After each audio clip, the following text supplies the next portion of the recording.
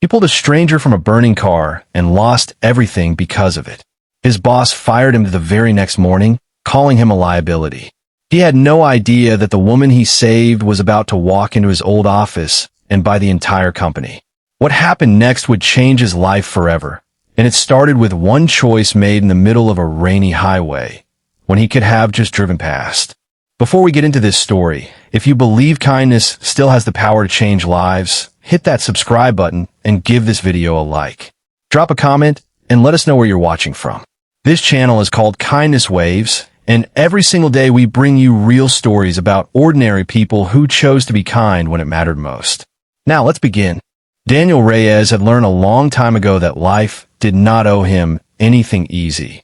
He was 34 years old, a single father raising his 7-year-old daughter, Maya, in a small rented house on the edge of town in Ohio. His wife had passed away 3 years earlier after a short battle with illness, and since then, it had just been the two of them, figuring things out one day at a time. Daniel worked as a warehouse supervisor at a mid-sized logistics company called Harmon Freight Solutions. It was not a glamorous job, but it paid the bills, mostly.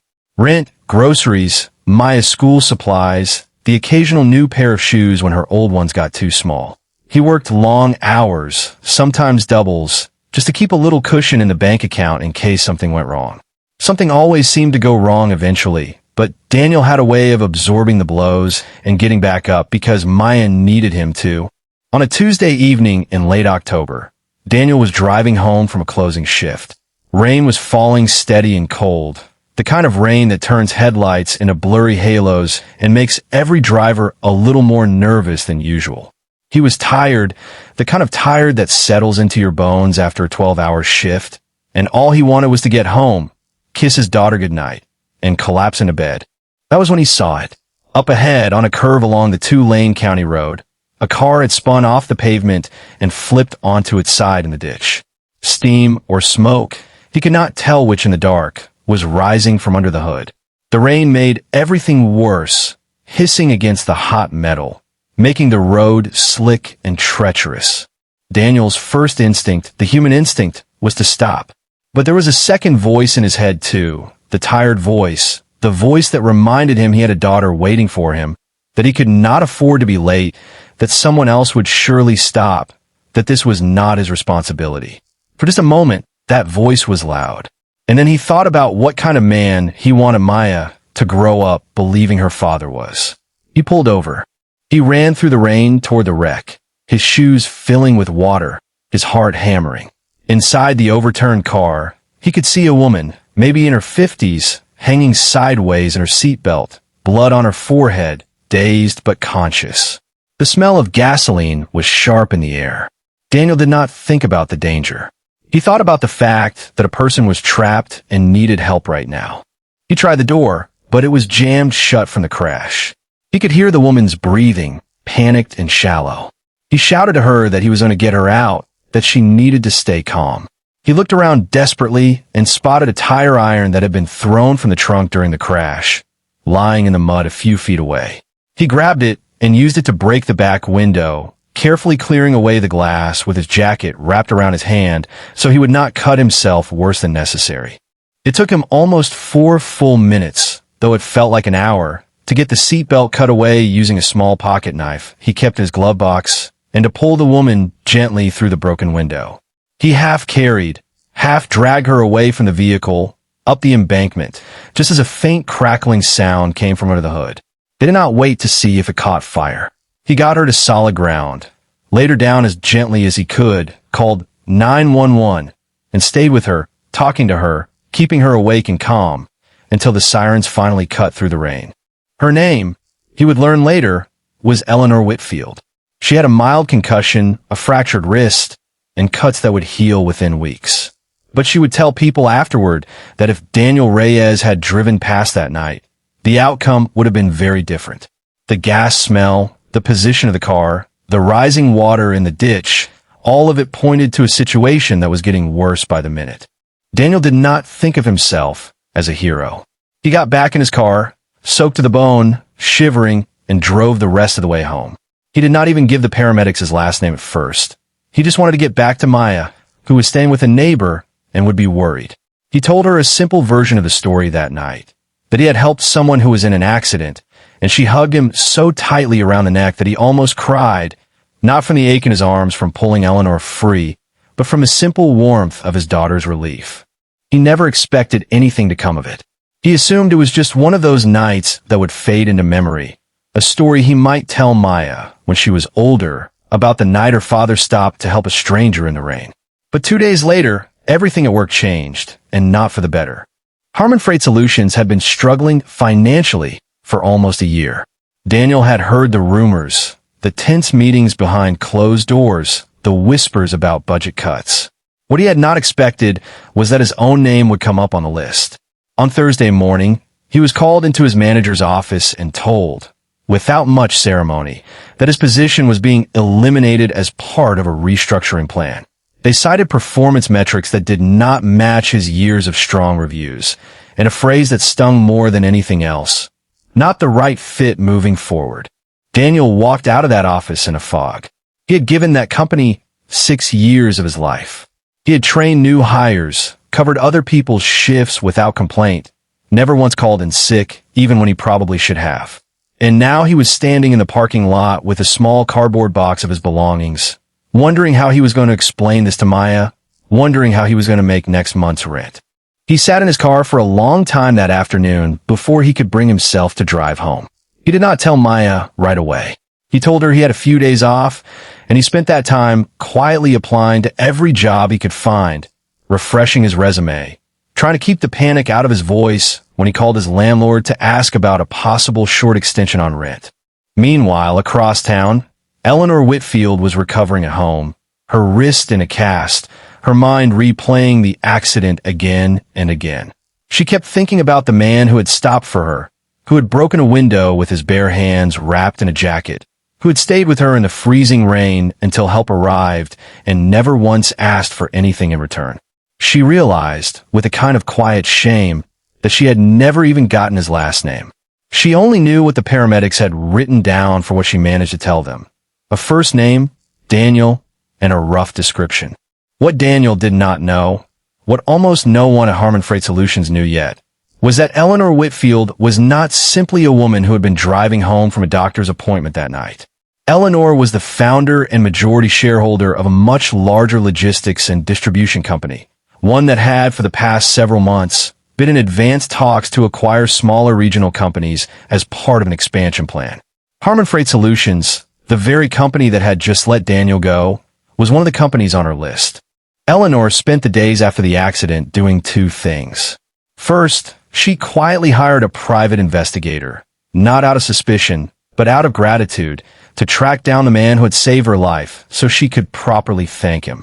Second, she continued moving forward with the acquisition of Harmon Freight Solutions, a deal that had already been in motion for weeks and had nothing to do with Daniel at all, at least not yet.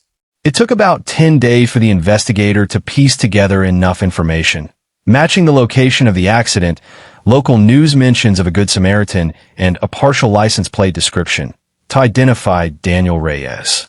When Eleanor received the report and read that the man who saved her had, just 2 days after the accident, been laid off from a warehouse job at Harmon Freight Solutions, she sat very still for a long moment. She would later describe it as one of those moments where the universe seems to be trying to tell you something you cannot ignore. The acquisition of Harmon Freight Solutions closed a few weeks later.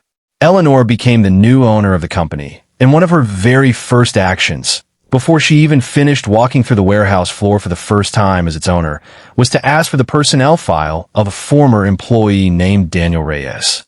She learned about his years of strong performance reviews. She learned about his daughter, Maya. She learned that the reason given for his termination did not match a single thing in his employment history. And she understood, with total clarity, that the man who broke a car window with his bare hands to save her life was the same man her own newly acquired company had thrown away without a second thought.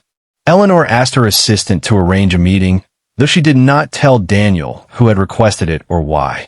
Daniel, still job hunting, still worried about bills, assumed it might be some kind of interview and showed up in his one good shirt, nervous, tired, trying to hold on to hope without letting himself expect too much.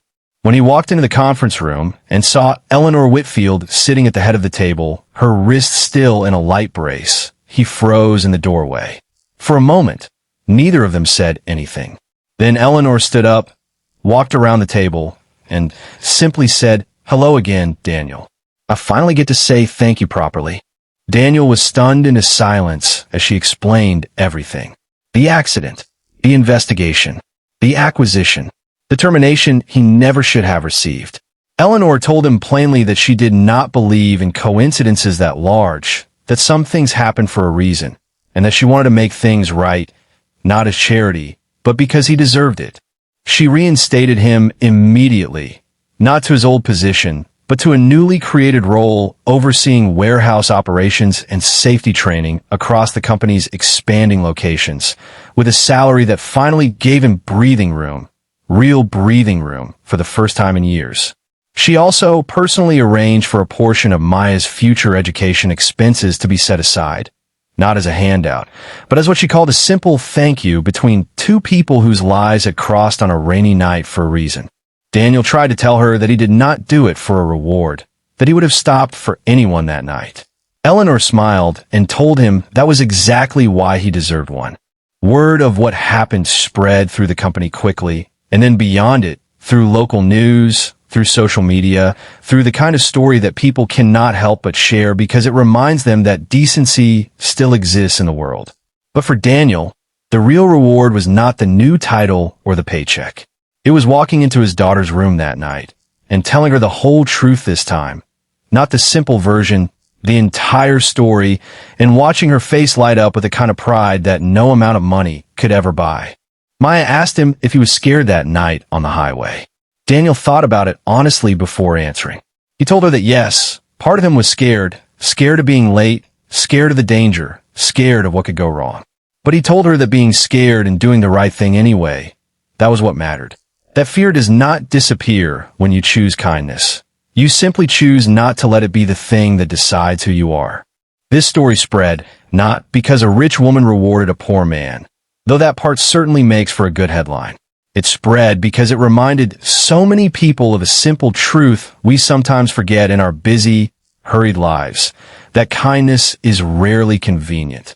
It shows up in the rain, on a tired night, when you have every reasonable excuse to keep driving. It asks nothing of you except your willingness to stop, to help, to see another human being as worth your time, even when you have nothing to gain. Daniel Reyes did not save Eleanor Whitfield because he was hoping for a new job or a better life. He did it because in that moment, on that dark and rainy road, another person needed help, and he could not live with himself if he had simply driven past. That is the quiet, powerful truth about real kindness. It does not calculate the odds of a reward. It simply acts because it is right. And maybe that is the real lesson in all of this. We never truly know what our small acts of courage and compassion will lead to. A single choice, made in a moment of fear and uncertainty, can ripple outward in ways we could never predict. Daniel could not have known that the woman he pulled from that car would one day change the course of his entire life. He was not thinking about the future in that moment. He was only thinking about doing what was right. So the next time you are faced with a choice between convenience and kindness, between looking away and stepping forward, remember Daniel and Eleanor. Remember that you never know whose life you might be changing, and you never know how your own life might change in return. Kindness has a way of finding its way back to us, sometimes in the smallest ways, and sometimes in ways so large they change everything. If this story moved you today, please share it with someone who needs a reminder that good still exists in this world. Subscribe to Kindness Waves for more real stories like this one. Leave a comment telling us what part touched you the most, and let us keep spreading these waves of kindness together, one story, one heart, one small act of courage at a time. Thank you for watching, and we will see you in the next story.